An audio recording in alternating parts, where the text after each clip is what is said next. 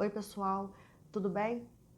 Hoje eu queria falar com vocês um pouquinho sobre a ação de despejo, o despejo, né? Que todo mundo já deve ter ouvido falar. Ainda mais esses dias de hoje, país em crise como está, muita gente tem sofrido com esse fantasma, com essa possibilidade de um despejo.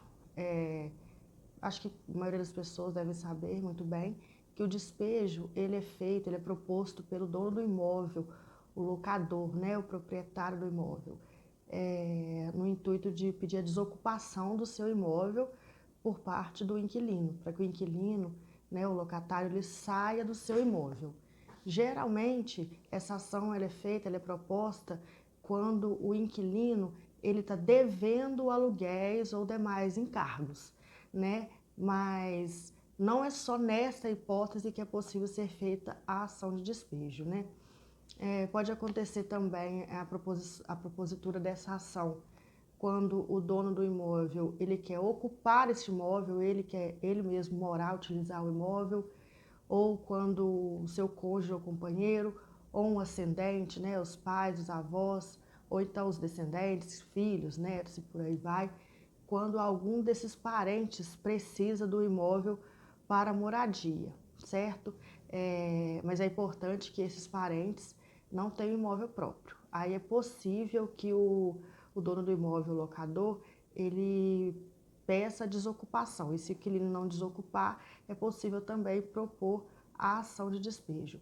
É possível também propor a ação de despejo quando as partes, inquilino e dono do imóvel, locador, eles fizeram algum acordo, né, de desocupação no prazo X.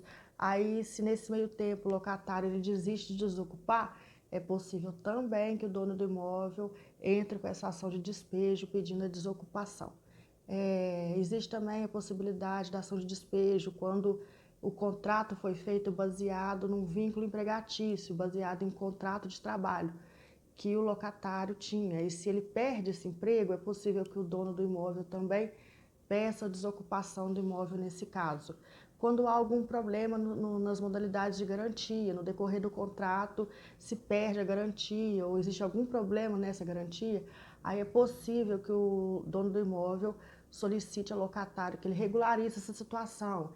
E se a garantia não for regularizada, aí também é possível entrar com essa ação pedindo a desocupação do imóvel. Existem também algumas outras hipóteses em que é possível pedir o despejo, a desocupação do imóvel. Mas a mais comum realmente é o pedido de despejo por falta de pagamento de aluguéis e encargos, né? E muita gente acha que só é possível entrar com despejo quando o inquilino está com um atraso grande de aluguéis, por exemplo, pelo menos 3 meses de atraso. E isso não é verdade, gente. Na verdade, quando ocorre o primeiro atraso, já é possível que o dono do imóvel ingresse com essa ação de despejo, tá? Então não é necessário aguardar 3 meses de atraso, por exemplo.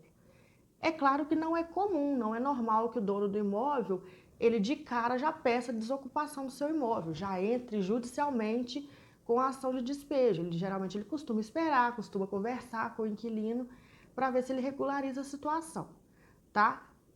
Apesar de não ser comum, como eu já disse, é possível que assim que ocorra o primeiro atraso, o proprietário entre com a ação de despejo.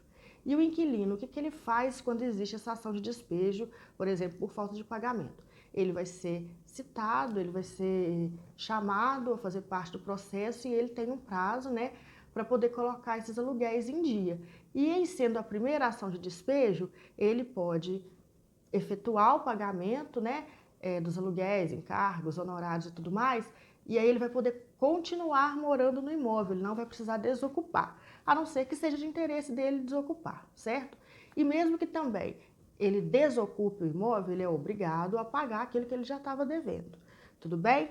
Agora, é importante deixar claro e frisar para o inquilino, depois que você sofreu esse processo, colocou os pagamentos em dia e o processo finalizou, você continua morando no imóvel, não atrase mais, não deixe de pagar os seus aluguéis, porque nos próximos 2 anos, se o dono do imóvel precisar entrar com uma ação de despejo novamente, aí você não vai poder pagar os aluguéis, os encargos e tudo mais e continuar morando no imóvel. Se for vontade e desejo daquele locador que teve que entrar com outra ação de novo, se ele quiser que você desocupe o imóvel mesmo com o pagamento, aí o juiz vai autorizar esse despejo e o inquilino vai ter que desocupar o imóvel mesmo com o pagamento. Tudo bem? Então, gente, esse foi só um apanhado geral. A gente falou um pouquinho sobre o despejo. É claro que existe N variações, N possibilidades, dependendo do tempo do contrato e tudo mais. Mas isso aí seria aprofundar demais o tema e eu só queria fazer um apanhado geral com vocês. Quem tiver interesse no assunto, tiver alguma outra dúvida, pode entrar em contato com a gente, viu? Então, até o próximo vídeo, pessoal. Beijo!